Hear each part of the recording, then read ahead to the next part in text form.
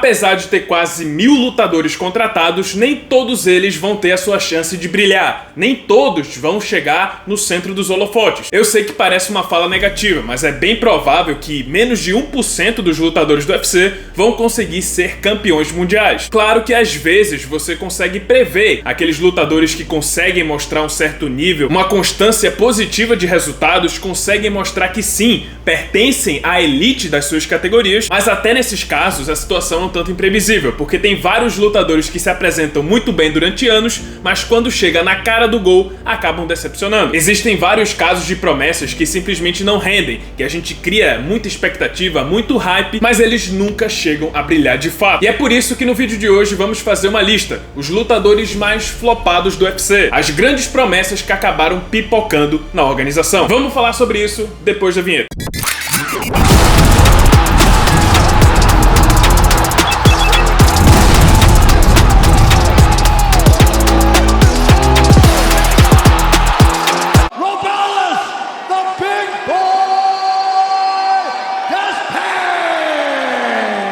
Durante muitos anos, o Jon Jones detinha um recorde que ele conquistou sem sequer entrar no cage. Foi simplesmente obra do acaso, obra de Deus. O atual campeão dos pesos pesados possui a maior envergadura da história do UFC, com 2,14 metros de braço. Isso foi até 2023, quando o UFC contratou o cubano Robelis Despain, peso pesado, medalhista de bronze em Taekwondo, que possui 2 metros de altura e mais de 2,20 metros de envergadura. E isso, claro, chamou bastante atenção, muita gente ficou de olho nesse cubano. E também pelo fato de que, antes de chegar no UFC, as suas lutas mal duravam 10 segundos. E ele repetiu a dose quando estreou no UFC. Na sua primeira luta, ele conseguiu um nocaute em apenas 18 segundos. E aí, obviamente, todo mundo ficou impressionado, maravilhado, dizendo que esse cara era o novo Francis Ngannou, era o novo terror do peso pesado. Inclusive, eu gravei um vídeo dizendo que esse cara poderia ser o novo monstro do UFC. Só que toda essa expectativa foi por água abaixo em questão de 2 meses. Porque foi só o Robelis fazer a sua segunda luta no UFC que a gente já viu graves falhas no jogo do cubano. Quando ele enfrentou o mediano Valdo Cortez Acosta, que sequer havia tentado uma única queda em toda a sua carreira no UFC, mas ele conseguiu diversas quedas contra o Robelis Despain. Foi bizarro, um cara que sequer tem especialidade na luta agarrada, dominando o Robelis dessa forma, fazendo ele parecer um completo amador. A luta durou 15 minutos, sendo que 10 foram com o Robelis de costas pro chão. A maior envergadura do UFC, aquela mão pesada, aquela rapidez em encerrar suas lutas, simplesmente foram inúteis nessa luta. E também na luta seguinte, quando novamente ele enfrentou um cara que sequer era da luta agarrada, enfrentou um striker que botou ele pra baixo com tranquilidade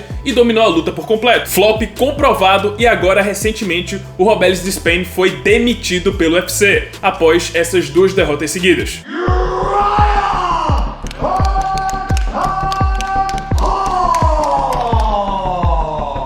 Sendo sincero, sempre que eu penso em lutadores que acabaram flopando e lutadores que pipocaram no UFC, o primeiro que vem na minha cabeça é o Uriah Hall. Em 2013, esse cara era a grande revelação, o famoso homem ambulância do TUF. Mandou 2 lutadores pro hospital durante aquela temporada do programa, aplicou talvez o maior nocaute que o The Ultimate Fighter vai ter em toda a sua história, e era uma época onde Anderson Silva estava vivendo seu auge. E lógico, surgiram as comparações, com muita gente dizendo que Uriah Hall seria o próximo Anderson Silva, já que o estilo de luta dos dois, pelo menos pelo que a gente viu no TUF, eram muito parecidos. Mas assim que o jamaicano estreou no UFC, toda aquela expectativa foi embora. Primeiro que ele perdeu a final do TUF para o Kelvin Gastelum, uma grande zebra na temporada. Apesar da derrota, ele foi contratado pelo UFC, mas nunca chegou a alcançar todo o estrelato que ele prometia. Em vez daquele lutador plástico, criativo,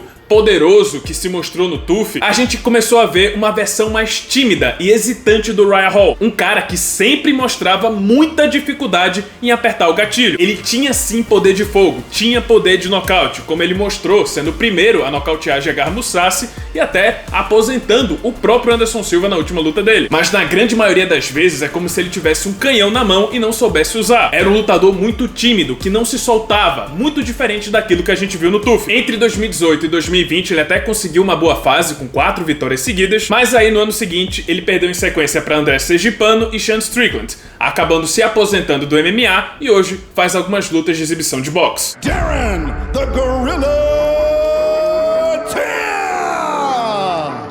Esse aqui eu tenho muita pena, fico muito triste que não deu certo, porque eu gostava bastante do Darren Till e achava que ele poderia ser sim um lutador muito promissor no futuro. Eu acho que o Darren Till foi uma das principais tentativas do UFC de criar uma nova estrela no mercado britânico. E o Darren Till tinha tudo pra carregar essa bandeira. Ele era carismático, engraçado, invicto, fazia lutas empolgantes, a maioria das suas vitórias foram por nocaute e a energia que ele trazia pra todas as suas lutas realizadas na Inglaterra era surreal. Era um cara que empolgava dentro do octógono e conseguia trazer uma legião de fãs para as lutas dele. É esse tipo de lutador que o UFC tá sempre procurando, principalmente naquela época, na categoria dos meio-médios, quando a gente tinha um dos campeões mais odiados da história da organização, o Tyron Woodley. E aí, finalmente, o Darren Till conseguiu sua chance de disputar esse cinturão e parecia que seria a troca perfeita, o campeão mais odiado por uma nova grande estrela. Mas a luta não foi sequer competitiva, foi um verdadeiro baile do Tyron Woodley, que tratou o inglês como amador e finalizou facilmente a luta no segundo round. A partir daí,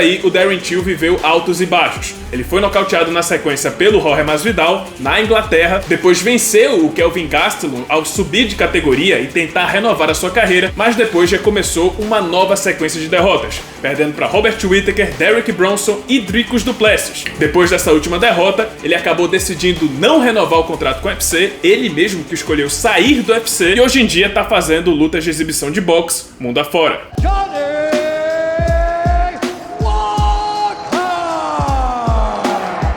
Às vezes o público brasileiro pode ser um tanto emocionado, ou pelo menos ser impressionado muito facilmente, e a partir disso criar grandes expectativas que na realidade nunca seriam cumpridas. Um bom exemplo disso é a ascensão de Johnny Walker lá em meados de 2017 e 2019. Sendo bem honesto, o Johnny, no auge, era um lutador muito interessante de se assistir, muito empolgante. Ele tinha um carisma único, um jeito engraçado, cativava o público no Brasil e mundo afora, e acima de tudo, um estilo de luta impressionante. Ele era um cara enorme, com 1,98 de altura e muito plástico, aplicava joelhadas voadoras com muita tranquilidade, golpes que ele tirava da cartola, como um mágico tirava um coelho da cartola, e a partir daí, com um nocaute fantástico atrás do outro, muita gente começou a falar que esse cara era a grande ameaça ao Jon Jones, que na época fazia seu segundo reinado como campeão dos meio pesados. Era o que mais se falava na internet, principalmente na comunidade brasileira do MMA, que o Johnny Walker seria o cara que venceria o Jon Jones. Pessoal, hoje em dia, se você falar isso pra qualquer fã de MMA, vai parecer uma piada. Tudo começou em novembro de 2019, quando Johnny bateu na trave e foi nocauteado por Corey Anderson, naquela que era sua maior oportunidade de disputar o cinturão. E a partir daí, a carreira dele virou uma montanha-russa, vivendo altos e baixos. Ele até tentou mudar, em treinar em novas academias, trazer novos treinadores, até conseguiu algumas boas vitórias, mas parece que o brasileiro chegou num teto. E o pior de tudo é que hoje ele ganhou fama de queixo de vidro, por ter sido nocauteado várias vezes nos últimos anos. E hoje, ao invés de ser conhecido pelos grandes nocautes que ele aplicava, agora ele é conhecido pelos nocautes que ele sofre.